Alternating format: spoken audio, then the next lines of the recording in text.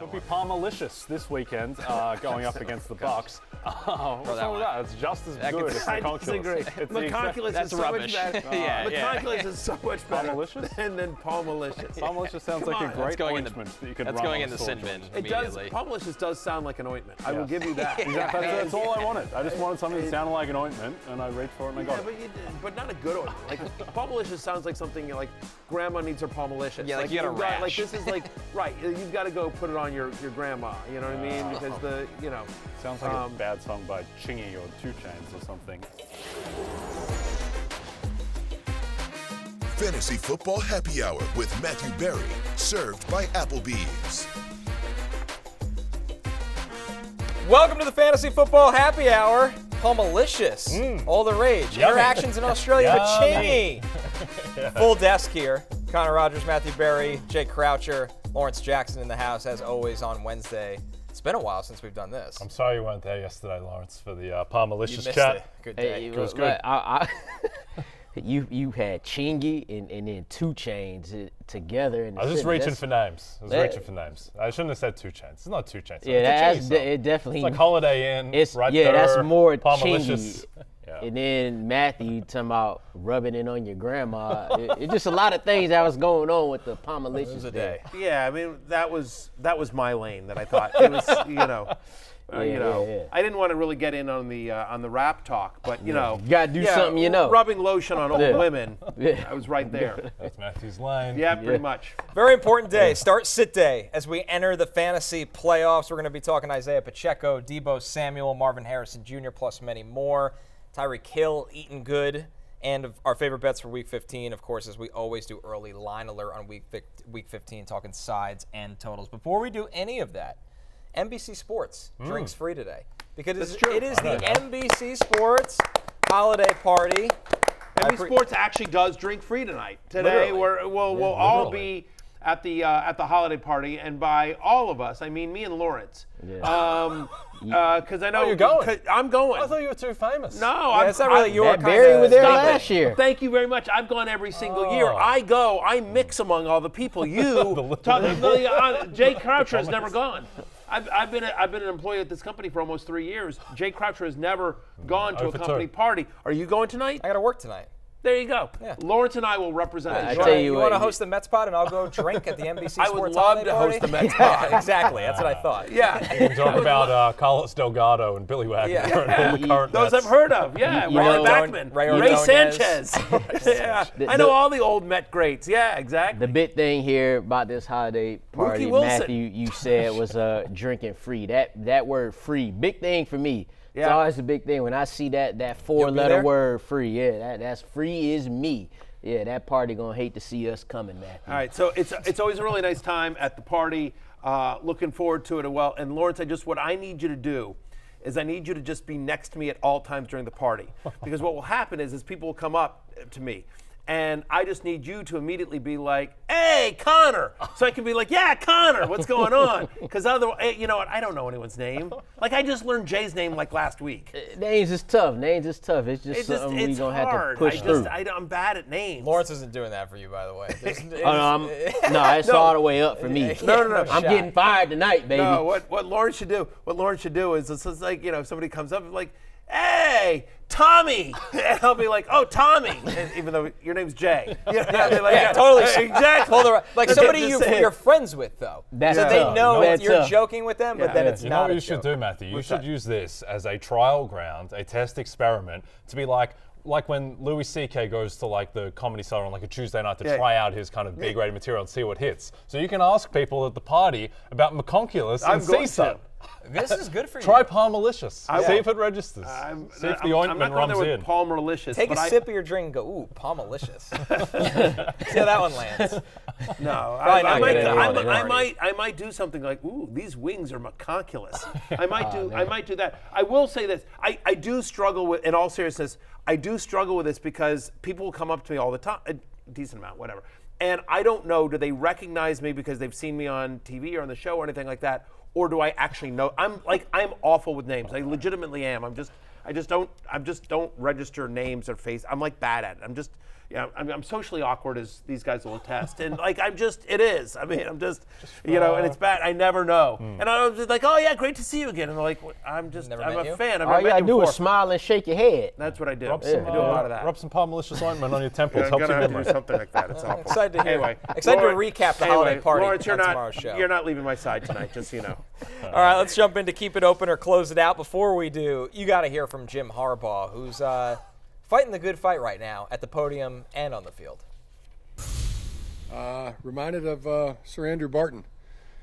Fight on, my men, Sir Andrew said. I'm a little wounded but not slain. I'll lay down and bleed a while, and we'll rise and fight again. Hell yeah. That man that took it back Hell to yeah, social brother. study class. Now, to be fair, Sir Andrew Barton died at 45, so the Chargers may miss the playoffs. He was slain quite early on. He didn't really make it. Didn't make it past 15-11, the big fella. Good news is for his quarterback, who we're debating to start or sit, he's got a great matchup against the Bucs. Most points per game allowed to quarterbacks this season, Matthew. Yeah, he really does. So I'm keeping it open on him. He's my QB 13 this week. I think he is, even though it hasn't shown up in fantasy production the last 2 weeks or so, he's played very, very well. I think he's playing at a high level. They can't run the ball, honestly, and the Buccaneers for the season are bottom 10 in the NFL in terms of most touchdown passes allowed. Pick a stat, and the Buccaneers are bad at it, right? As you sort of reference it. No team's allowed more fantasy points to opposing quarterbacks. Over the last 4 weeks, they're a bottom 3 pass defense. So I think Herbert gets on track this week as well. Hopefully, Lad McConkey will be back and be McConkulous in this one. So I'm keeping it open on Justin Herbert. I'm at QB 13, so borderline QB1. He's on that QB1, QB2 range. Yes, he is real and he is McConkulous. Thank you very much. Welcome on board. Yeah, the water's warm. Come on in. I think the good thing, Lawrence, about Herbert is that even though it wasn't a big fantasy game, he still played really well against the Chiefs, even though he had no one to throw to at all. Yeah, he did. I wish they'd have taken a little bit more advantage of the middle of the field on that Chiefs defense, but like Matthew said, when you can't run the ball at all, and they haven't been able to do that since they lost J.K. Dobbins, it's tough. Now, the Bucs defense, twice out of their last 3 games, they've allowed less than 210 passing yards. However, those quarterbacks was Tommy DeVito, Aiden O'Connell, and my man,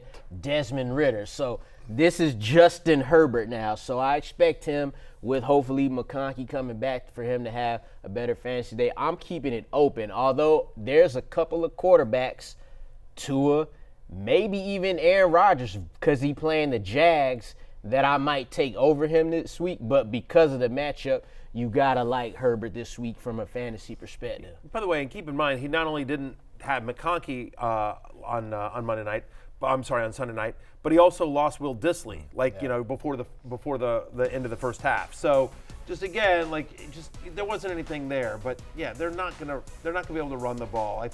I also think, by the way, Baker will have a good game against the Chargers. So I think game script here should work. The over-under is 45.5, but the Chargers are 18th against the pass over the last 4 weeks. So I do think both teams will be able to move the ball here. Isiah Pacheco, the next name on our list as we move to running backs. He's got the Browns. Jay, it's been a slow return for Pacheco since he's been back. Kareem Hunt's still involved, but the volume did go up in Week 14 where he had 16 touches. Yeah, and I think the key is that he just looked like himself. Again, he had some vintage, hard Pacheco runs. You expect that the workload is going to ramp up. The issue is that I think Kareem Hunt was too good while he was there, that he's not going to get phased out. We're not going to see 2 carry games for Kareem Hunt like we do Khalil Herbert or whatever, another backup. So I think that Pacheco, he becomes much more startable. The Chiefs are 4-point favorites in this game. By the way, Chiefs only 4-point favorites against Jameis Winston. Just goes you to so. When the Chiefs, they never beat anyone by more than 1 score. They've covered 4 games all year, so people are just sick of betting on the Chiefs to cover. So they are only 4-point favorites, but still there should be favorable game script. I'm keeping it open as well. What's nice is while it hasn't shown up in the box score in terms of fantasy production, the workload is increasing, to your point, Jay. Last week he got 16 of the Chiefs' 24 running back touches. 16 of 24, whereas the week before he'd gotten 50%. 16 of 24, is more than half, right? Because 16 would be half of 32. I'm doing this math live, like right in front of you. Flashed out at the Christmas party. I mean, I'm gonna. show off Like, your wait till you skills. see. Like, just to understand. Like, that's how I got my wife, by the way, is just doing quick math like that. Quick basic arithmetic. Yeah, the ladies love it. At any rate. They don't. They actually don't. The ladies just texted me. They don't love it. Oh, the ladies? Yeah. The ladies Yeah. are The collective ladies. polls Yeah. are- the polls are in. The Yes. ladies is texting Jay now, not you, Matthew. Exactly. I'm a married Another- man. I'm another off thread the that you're not part market. of. They know. The ladies, I no longer have the ladies' number because they're like, oh, well, he's off the market. What are you going to do? All right. The other positive thing about Pacheco is a true 3-down back, right? He's had at least an 11% target share 3 of the 4 games, so they can use him out of the backfield. And it's also a decent matchup against a Cleveland Browns team, Lawrence, that has allowed a rushing touchdown in 6 straight games.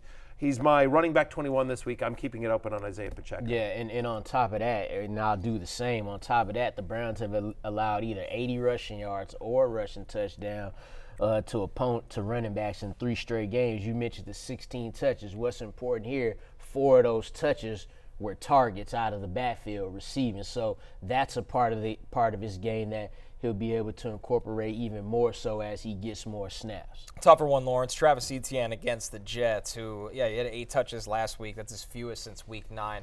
Really hard to predict this Jacksonville backfield right now. And the Jets' run defense went from a giant liability to a more league average unit in recent weeks. Yeah, speaking of tough, it's only tough if you don't have another option but to start him. But you mentioned the most touches, the least amount of touches, but he had his most yards from scrimmage in a game since week 3. That's the scary part about the whole situation. And in knowing that Tank Bigsby still having the 18 carries, that scares you a little bit because that lets you know that this could be a game script type of game. So I'm going to close it out on Travis Etienne. He only out-carried Tank Bigsby a couple weeks ago because that was his first game back from the injury. So I'm going to close it out on him. Yep. No, I agree. What do you think of the Jets' run defense at the moment? It's been better, and they're also just dedicating more bodies to it feels like. They knew that Seahawks were going to try to run Kenneth Walker at them over and over again. They sold out to that a little bit. They were more competitive against Jonathan Taylor as well. So I think they've just been a better unit as a whole. They're just playing better. There's not a lot of new guys playing. It's the same guys. Quinn Williams has been a monster too. It's kind of taken over. Yeah, the other concern here is, to everyone's point, like I'm closing it out on Etienne too. I mean, Tank Bigsby, right? He's played 7 full games. Travis Etienne has played 7 full games with Tank Bigsby. He's averaging under 9 fantasy points per game, under 12 touches a game in those games. It is a true running back by committee. Here, since week 4, Travis Etienne has count them, 1 game with more than 60 yards from scrimmage. Like he's just, he's just not getting a ton of usage. The offense looks like a mess under Mac Jones. To your point, Jay and Connor, like the Jets' run defense has played a lot better. He's my running back 30. I suppose there's a chance that the Jets' offense, in a good matchup against the Jaguars, they get it big and suddenly Etienne, who they're using more in the passing work, suddenly becomes like a PPR merchant in a comeback script for Mac Jones and the Jaguars. That's kind of a narrow needle to thread, as it were, in a playoff week. If I'm going to lose in the playoffs, I don't want it to be because I started Travis Etienne. It's a better way to go down. It's a better way to go out swinging. Right, exactly. Rise and fight. Yeah. If you start like Sir Isiah Andrew Pacheco and he doesn't work out, you're like, well, what am I going to do? I started, a guy that I drafted in the first round who's a starting running back of the Kansas City Chiefs, and just a bad day at the office. What are you going to do? But if you're like, To be you fair, lose, people like me probably drafted Travis Etienne in like the 3rd round. I know, but he hasn't provided production all year long. He's been mad. I mean, it's been a bust for the entire Jaguar season. It's just been completely blown up. I might be benching him for Patrick Taylor tomorrow night. We'll get to it. Ain't nobody going to argue. Yeah. I get grim. that. It's If grim. Guerendo's out, I totally get that. Bad choice. Yeah. Patrick Taylor with the season on the line. Not good. Speaking of the 49ers, Deebo Samuel has made some news. Fifth string running back. What could possibly Scored go a wrong? touchdown. It reminds last me, week. the only parallel I can think of to me starting Patrick Taylor in a do-or-die playoff game is when the Bears had Caleb Haney in the NFC title game going against the Packers. Very much, bringing a knife to a gunfight. The Niners have been in the news this week. Deebo Samuel, in some form, now deleted tweet, but said, I'm healthy, I'm just not getting the ball. Of course, Kyle Shanahan was asked about that exact deleted tweet by the media this week. I always love things to stay in-house. That's probably why I don't mess with social media. I'm sure I'd get worked up and stuff too if I was reading stuff about myself all the time, and then I'd maybe make a tweet or something. But that's, I mean, is it a distraction in our building? No. I mean, we've got to answer questions about it. It's the first time I've talked about it is right here. But, I mean, Deebo and I see each other every day and talk about stuff every day. So my advice is to not let outside frustrate you, because just answering those things isn't going to help you in any way. Usually only hurt you. But as far as like what we deal with in our relationships and our team, it's water under the bridge. Well, Matthew, no matter how Kyle Shanahan views this, Deebo's got 4 straight games with under 25 receiving yards, which is kind of hard to fathom. He's been bad over that stretch. Those past 4 weeks, he's wide receiver 88 in fantasy points per game. Yeah, he's the like my guy 8s. Yeah, the new 8s. He's averaging 4.7 points per game.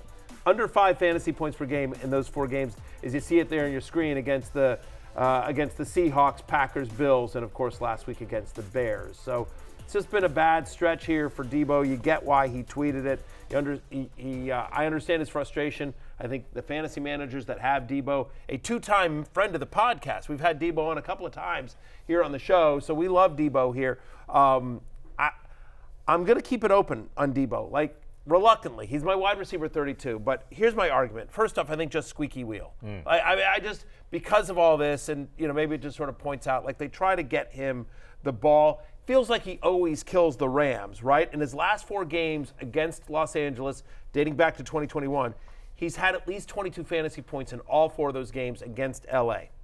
I mean, we think about this Rams defense that just gave up 56 fantasy points to the Bills wide receivers last week as well. And you also think about on a short week, if we don't know if Guerendo is going to play or not, but if Isaac Guerendo is out or even if he's limited, are they really going to – the Niners need to win this game to keep their playoff hopes alive. And so are they really going to go full bore with Patrick Taylor and, Isiah Pacheco? Right. So practice squad fodder. Yeah. Right, exactly. So could you see Deebo Samuel get 3-4 touches in the backfield in this game and in an important game as well? So I just think they try to find different ways to get him the ball because of the matchup, because of the squeaky wheel, and because of his ability in the backfield and given the situation with their other running backs. That's fair. The only thing about that is we saw the numbers on the screen, so there's no need. Yeah, there's no need to harp on that anymore. But the fact that the 49ers were able to score 38 points, and Deebo was barely a part of any type of that production, that's what worries you the most. It's like we know Deebo could end up having a big game here, but the fact that they scored almost 40 points. And it was Jennings and Kittle and Guerendo, speaking of Patrick Taylor, he was more fantasy relevant than Deebo Samuel was. He was a top 30 running back just because of the touchdown. So I'm going to close it out. If he gets that 22 points that he averages against the Rams, it'll just be on my bench. If I had him, I don't, but I'm going to close it out on Deebo. On Deebo, we're not that far removed from 2021 when Deebo Samuel had about 1,800 scrimmage yards, 14 touchdowns, missed a couple of games that year too. Cooper Kupp and Jonathan Taylor were the 2 best skill position players that season. Deebo Samuel had a very good case to be 3rd. I don't think that guy is totally gone. But, and also, these last 4 weeks, it's been really bad. So under 25 receiving yards in each game, to your point. But I do think there is additional context there. One of those games was without Brock Purdy. It was just a disaster against the Packers. Another game was the weird snow game against the Bills. And then the Seahawks game, he still got 7 targets. He just couldn't reel it in. And then the Bears game, the game was done by halftime. Right. So, look, there's 4 different occasions where you're giving a caveat to make Deebo look better. But I do think that the main thing is Matthew's point that I just think that they're going to feed him against the Rams. It's a very suspect defense. He has lit up the Rams in the past. Probably my favorite Deebo moment the past few years is when he absolutely trucked Jalen Ramsey in that touchdown against the Rams not too long ago. So I think that Deebo, he's set at 49.5 receiving yards on DraftKings, so I think he'll get 50 yards. He'll have some rushing value as well, chance of a touchdown. So I would keep it open with Deebo and trust the talent, but it has been grim lately. Yeah, and it's the playoffs, right? I mean, so it's a little bit risky territory here, so it depends on sort of how you feel. But I think more often than not, Jordan Addison or Deebo? Addison. What about Waddle? Waddle's closer. I mean, Addison is a must start at this Waddle point, for me. but probably Waddle, yeah. But you would say he's in that. But he's in that range. That bucket. Yep. He's in that range. Yeah, I mean, like, he's in the, like, if you go further down, like, he's, it's like Deebo Samuel or like, Keenan Allen or Rome Odunze. Like, I'd rather go Keenan Allen. I mean, I'm sorry, I'd rather go Waddle. I mean, Deebo. I would go Deebo there too. What's going on? There's a lot of different names because going for on. the I told you I'm Bears- bad with names. It all goes back to the open. That Palmalicious ointment stat tells me his memory. The other thing too is that he's so far behind Juwan Jennings, which would have been crazy coming into the season. Juwan Jennings, his receiving prop is 20 yards higher. You mentioned him being you mentioned Deebo being wide receiver 88 the past 4 weeks. Juwan Jennings has been wide receiver 13. Yeah. In that span, so just for people to see, and where those two were drafted, one wasn't even drafted at all in some leagues. Juwan Jennings is just Brandon Ayuk. Like, he's just taken that role. He's got the same telepathic connection with Purdy. His receiving prop is like exactly the same what Brandon Ayuk's was set last year. The role. He's just taken that role. Yeah, and he's produced with it. He's been unbelievable. The other thing is, I do believe in the squeaky wheel narrative. Yes. When you think about what they've paid Deebo, his importance to that team. Like, it doesn't always work out, but more often than not, I sort of feel like it does when it's a big name player. When it's a big name player and it's a big name player that has a point. Right. You know what I mean? You need for the long haul of this season. You know what? Actually, and I always feel like this because it always happens. Like A.J. Brown, I feel like he's about to have a big week this week. Of course, exactly. So you could say the same for Deebo. Like, when these dudes say something on social media or to the media, it happens. Like, this has already happened for A.J. Brown. He's like said something in the past. Next week he goes out 130 yards in the TD. So, Well, things have been rough for Deebo. They've been worse for Jayden Reed, guys. 3 or fewer receptions in 6 of his past 7 games. He had the goose egg last week, Jay.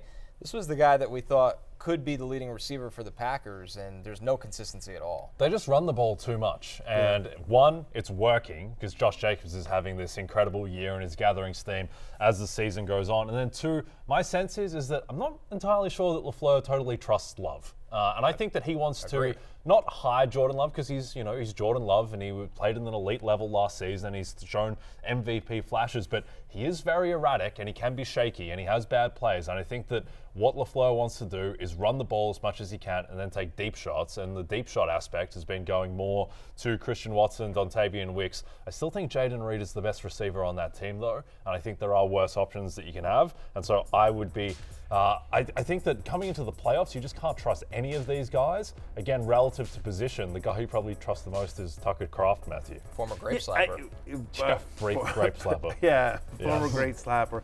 You can send him his ring if you end up getting to the title. Need him back. Yeah. Look, I think that's the exact point. It's just like somebody on the Packers will have a good game on Sunday. We just have no idea who it is. I was so excited about Jayden Reed coming into the season, but it just hasn't been there recently. Since week 7, he's wide receiver 51 on a points per game basis. He's got an under 14% target share over that stretch. He's not even running 67% of the routes. Like, has a below 67% route participation here. And to your point about Jordan Love, I mean, look, the thing is that if you're Matt LaFleur and you're like, look, we're running the ball really well, we're playing good defense, and it's working. Yes, they lost the Lions, I get it, but they were right in that game, and so now they've got to go on the road to Seattle, which is always a really tough place to play. Mike McDonald's got that defense playing at a very high level. The Seahawks are the 3rd best scoring defense over the last month. And so if you're Matt LaFleur, like, I get it. You want to you're going to try to, what's been working for you works even better on the road to Seattle. Try to take the 12th man out of it. They call it the 12th man. The real 12th man is in Aggie land at Texas A&M. Let's be clear about that, but I don't want to get a whole thing. It is. No, Seattle literally has to pay a royalty to Texas A&M. Is that right? This is true. There's Okay. there's a legal contract. I did not know. It started at Texas A&M and then Seattle kind of stole it. But and now they legally rent it. They're licensing it. No, they're licensing it. This is true. This is good for Texas. What a society we live in. You see NIL prices these days? Yeah, I know. Believe me, A&M needs it. Anyway, tough place to play. What do you want to do? You want to run the ball, take that crowd out of it, and try to limit the mistakes on Jordan Love. And so it's one of the reasons why I'm not crazy about Love this week in fantasy. You feel good about Josh Jacobs. You feel good about Tucker Kraft.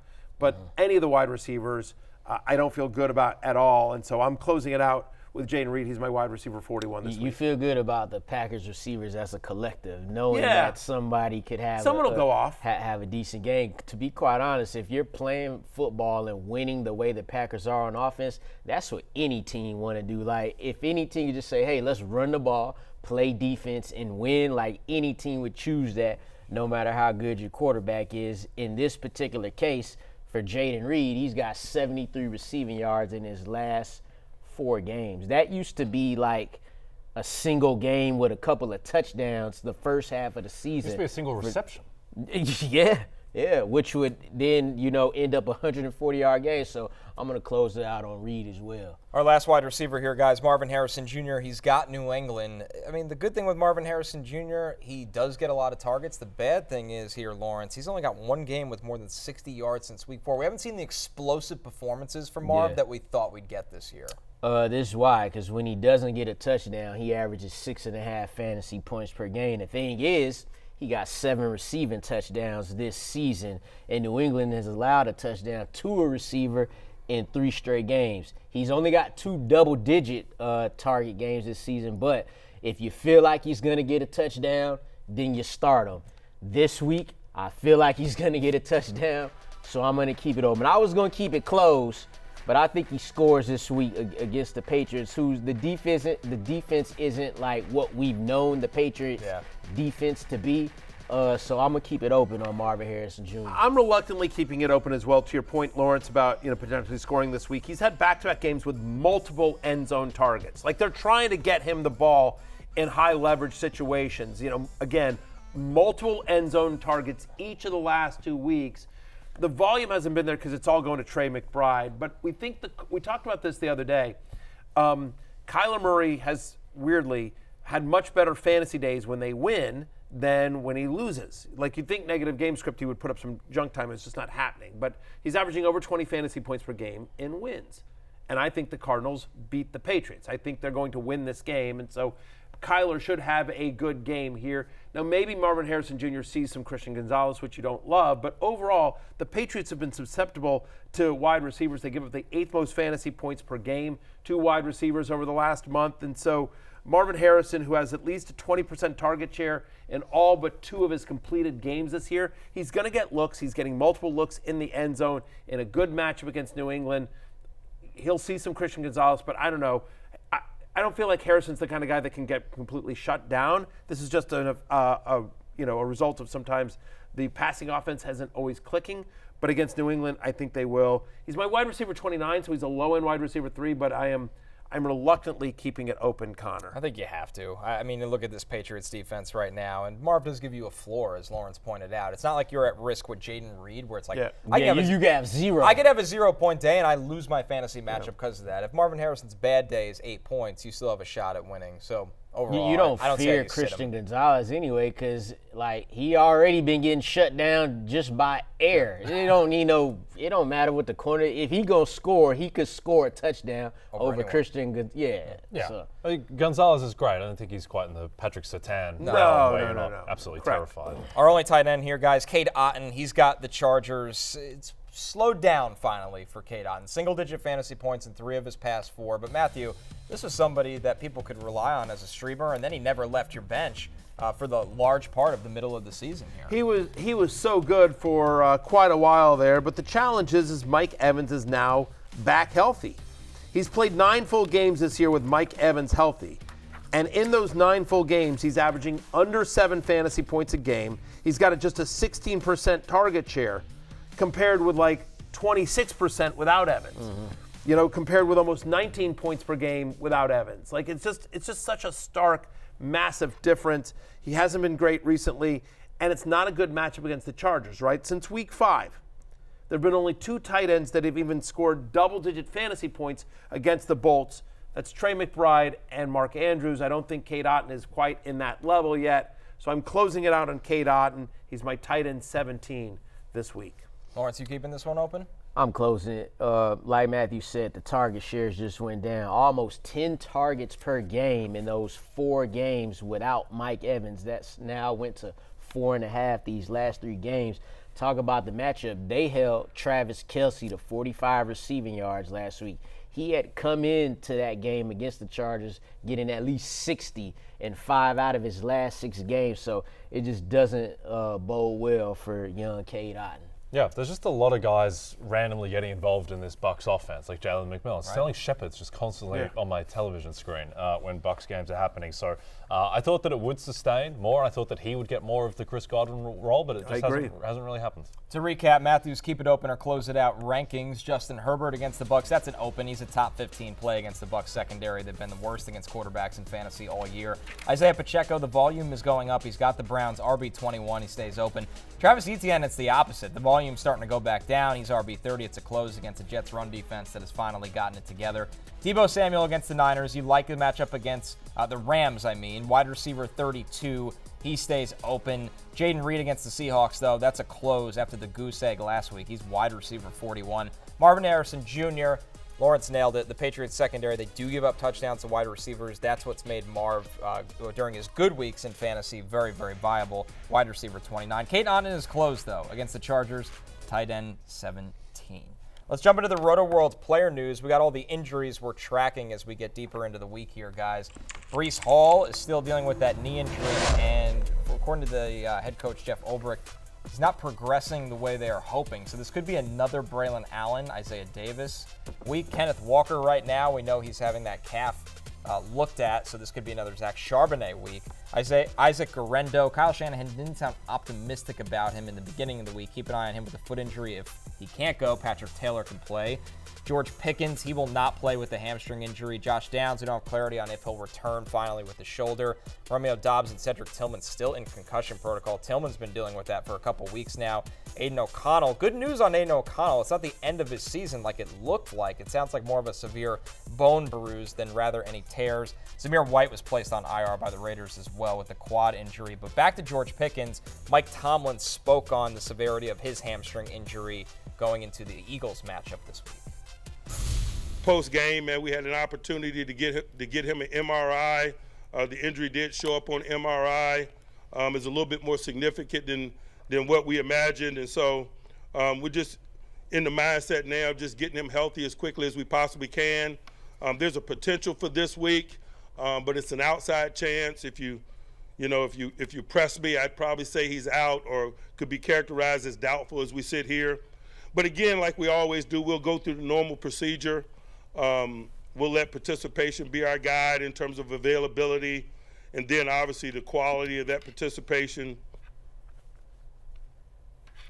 All right, doesn't sound great for George Pickens. Does not sound great, and Tomlin's one of the guys that's, he's kind of the anti Kyle Shanahan. Yeah, you get what you get. Yeah, I mean, he's honest. He literally said care. Doubtful. Yeah. So I, even if Pickens were active, I don't think you'd want to trust him in a playoff week. You know what I mean? That's the other thing about, and we'll talk maybe more about this tomorrow in terms of strategy, in terms of setting your lineup. But, it depends on sort of like, are you a big underdog? Do you need to swing for the fences, see what obviously happens on Thursday night? Are you up big? Are you down big? Are you, sort of neutral? But generally speaking, I trend to be a little bit more conservative in the playoffs. Like, your margin for error is smaller. And so, like, I have George Pickens on a playoff team, and I'm not, even if he were active, I'm not starting him. Like, he's just, sorry. Like, because he could re-aggravate the hamstring. Maybe he's just, out there as a decoy.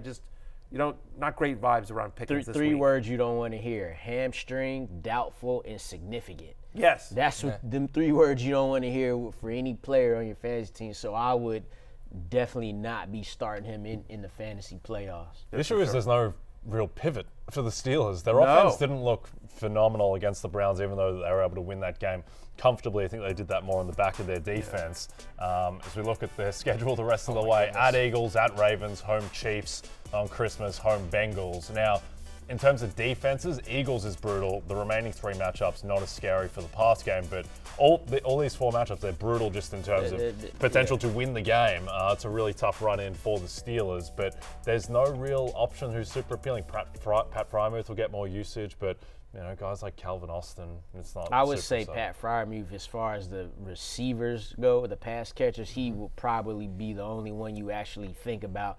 Anything else is going to be random. It could be a Mike Williams touchdown. I think we got a Van Jefferson touchdown. Calvin Austin, so it's just not something Hines you want to Ward. play with. I think Hines Ward gets in there, you know. Speaking of Hines Ward, that schedule is tough with George Pickens, with Hines Ward, with Lynn Swann, any Pittsburgh Steelers receiver. John Stallworth. Mike Wallace. Oh, Mike Wallace. That's a good one. Great player for the Steelers. Yeah, so it's going to be tough for them just from a football standpoint to not have George Pickens. Antonio Brown, where are you at? Hines Ward, the only Let's man. come back. I know. Hines Ward, the only receiver to survive Dark Knight Rises. That's true. He's the only man That's left. 1,000%. So he is available. Wait, He's you know alive. why he survived? Because he got into the end zone.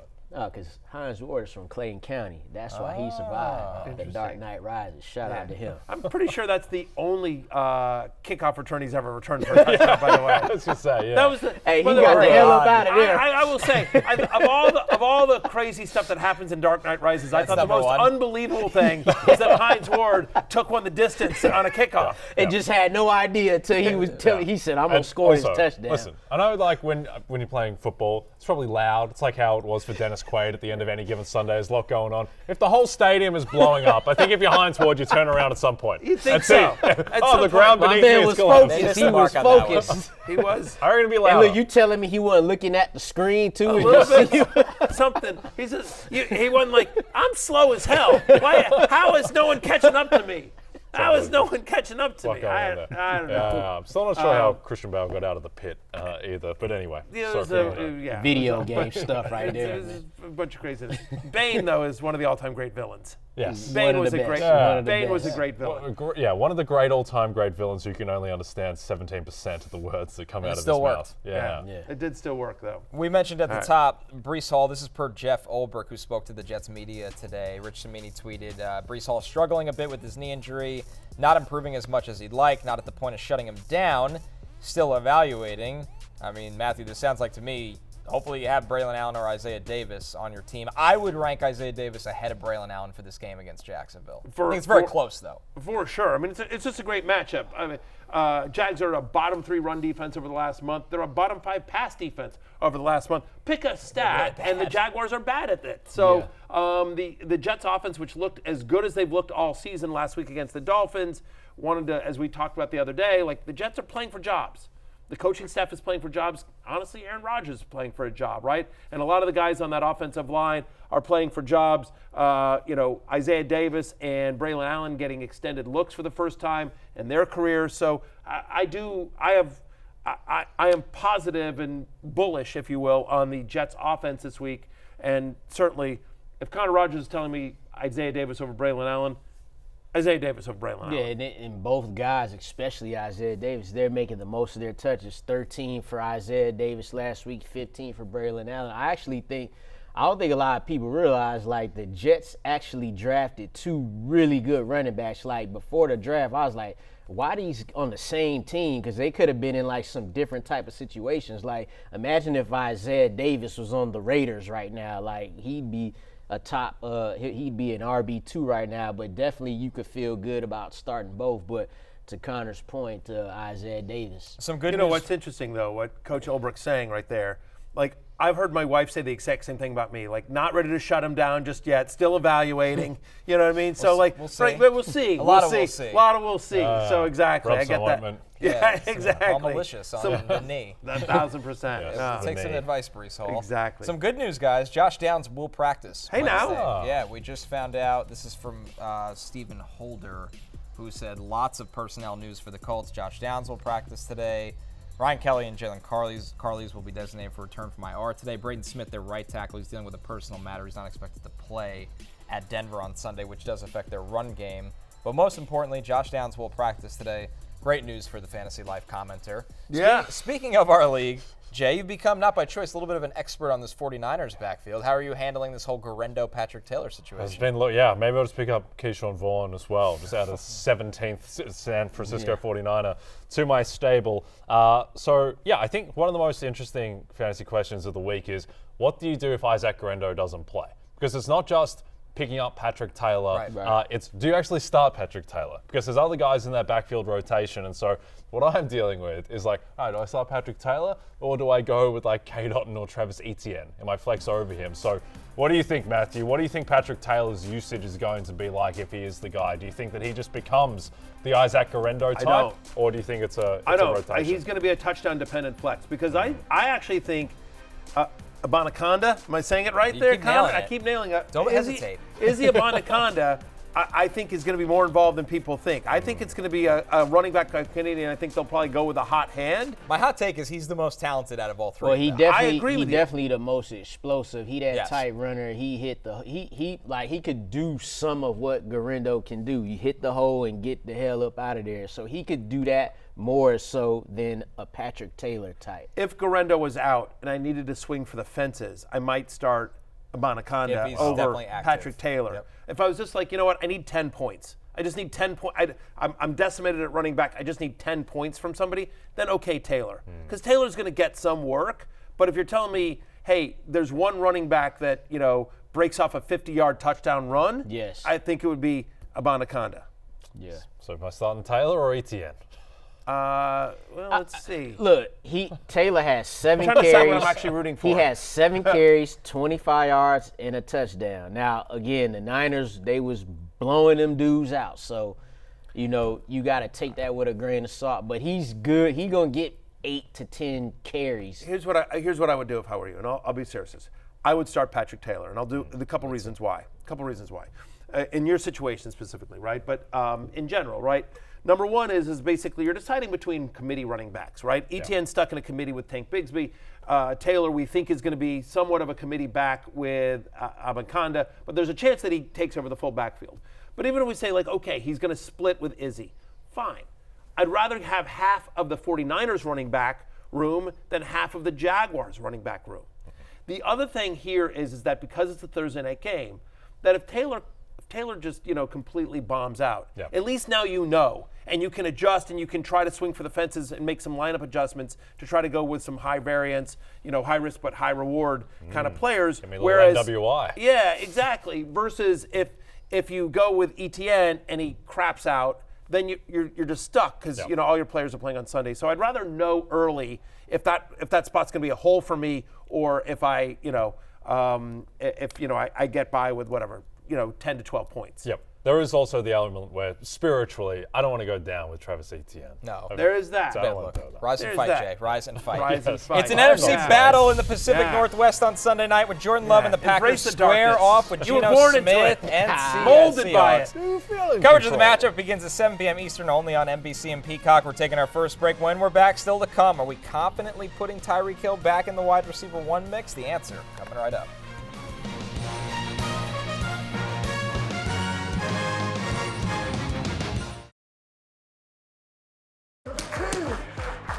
Great job, man. That's what it's all about. Team win, nobody pointing fingers doing their job. Good dog. Because at the end of the day, dog, this is the NFL. You gotta know how to win games. And right there we showed we can win a game when it counts. This fun, dog.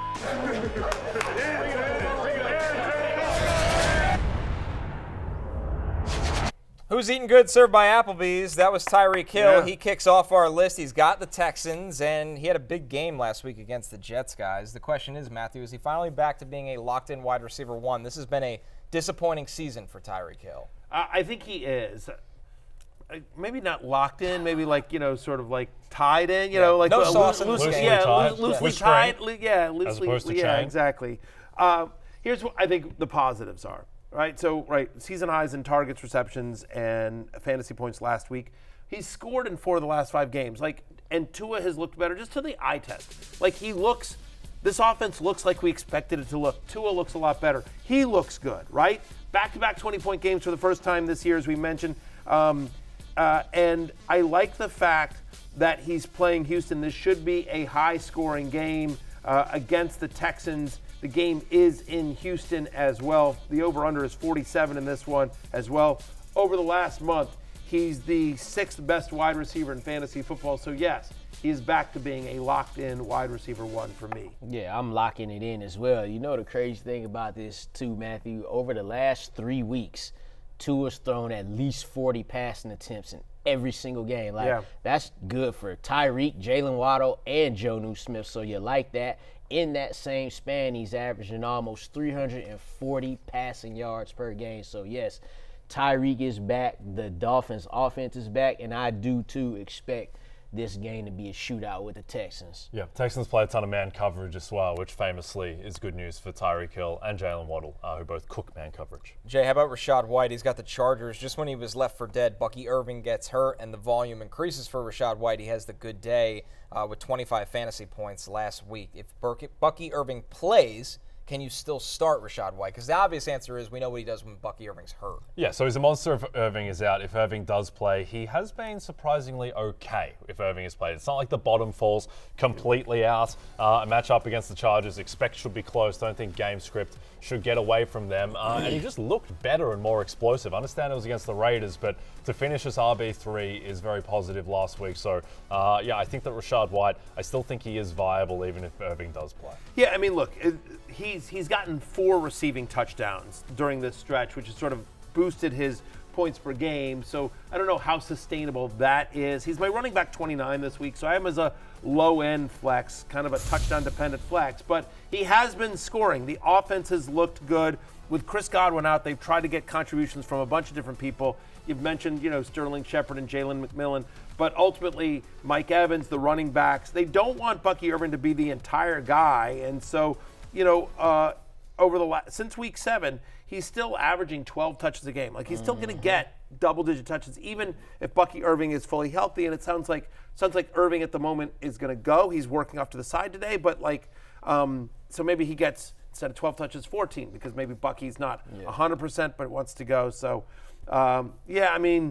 again, low-end touchdown-dependent flex, but I get it. Yeah, he's still playing around 50% of the snaps, even though Bucky Irving has edged him in that. They kind of flip-flop. Yep. He's still playing enough.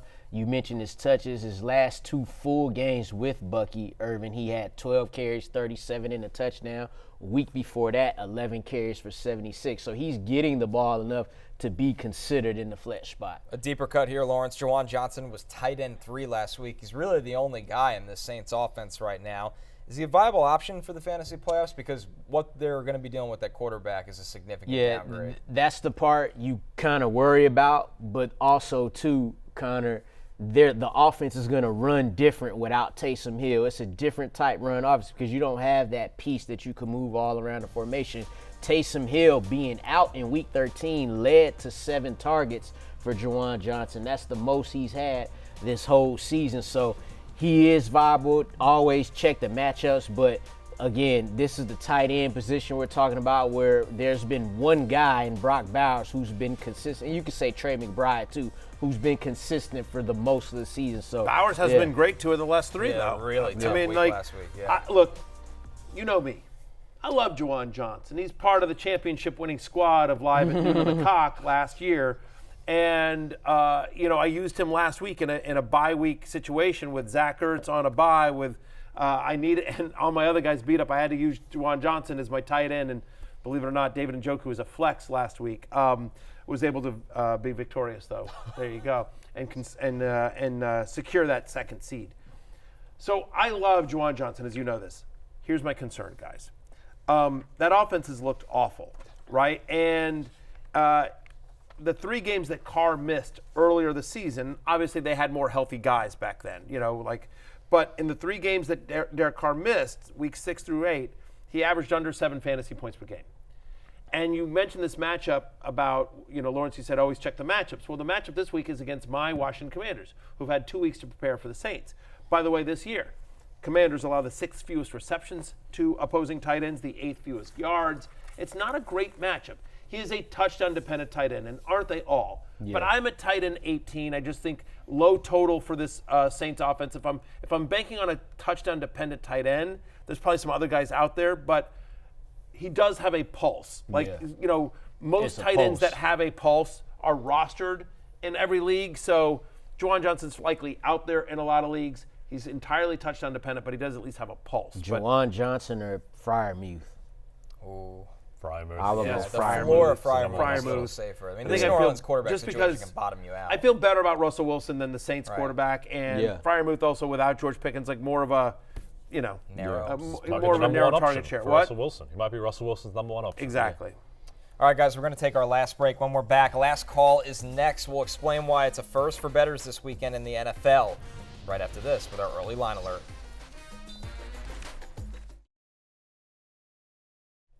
DraftKings Sportsbook is the #1 place to bet touchdowns, and new customers can bet $5 and get $150 in bonus bets if your bet wins. Download the app and use promo code Barry when you sign up. DraftKings Sportsbook. The crowd is yours. It might be yours. It's Rise probably yours. and The more I fight. think about it, it's yours. Last call. Let's take a look at the early line alert for the week. And fellas, we got an absolute crazy one with Bills-Lions. The point total is 54.5 for this game. That is the highest point total of the season. Some news on that game. Both Dalton Kincaid and Keon Coleman are back at Bills practice. And while it's 54.5, I'm going over, guys. I don't think the Bills defense has a lot of answers right now. Yeah. But the good news is the Bills can score at will with Josh Allen. I think this will be a shootout. I could see a 31-28 kind of game, which is well over the 54.5 line. Sure. I'm not afraid of it at all. What do you like?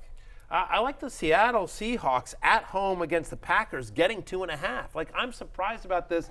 We've seen this a lot this year. It hasn't happened every single week, but teams that play the Lions then the following week end up losing.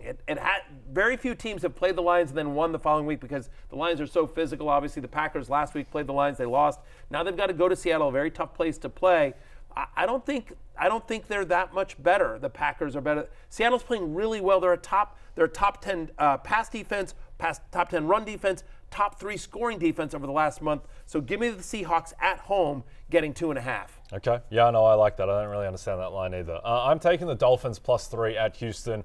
Famous last words, taking Miami in a big game in the Mike McDaniel era, but think they've clicked on offense. I think the Tyreek Hill and Jalen Waddle will roast the man coverage of the Texans. Also a little bit worried about C.J. Stroud, who hasn't been great the past 2 months. Yeah, they haven't played well. No. Give me the big dog, Baker Mayfield, and the Tampa Bay Buccaneers to go to L.A. and win over the Los Angeles Chargers. We talked earlier about the Chargers not being able to run the ball. Well, the Buccaneers is still a top 12 run defense in the league. The Buccaneers, they're not playing great either, but neither are the Chargers. But at least the Buccaneers are on a 3-game win streak as opposed to the Chargers. They starting to fumble a little bit, so I like the Bucs to win outright.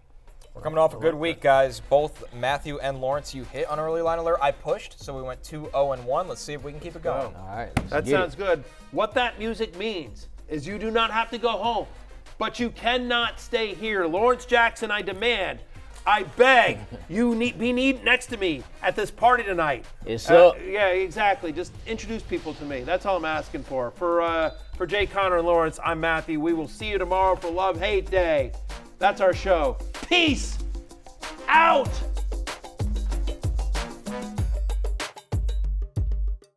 Hey, it's Matthew Berry from NBCSports.com and Rotoworld.com, and I want to thank you so much for watching whatever it is you just watched, or if nothing else, being too lazy to click out of the autoplay after this video started, after whatever it is you actually wanted to watch finished. But now that you're here, I'd like to take a moment here to ask you respectfully now, okay? I'm asking you respectfully to subscribe to the NFL on NBC YouTube channel. You'll get the latest Rotoworld fantasy news headlines, all sorts of great shows, including my own Fantasy Football Happy Hour. So go subscribe now. Again, I'm asking respectfully.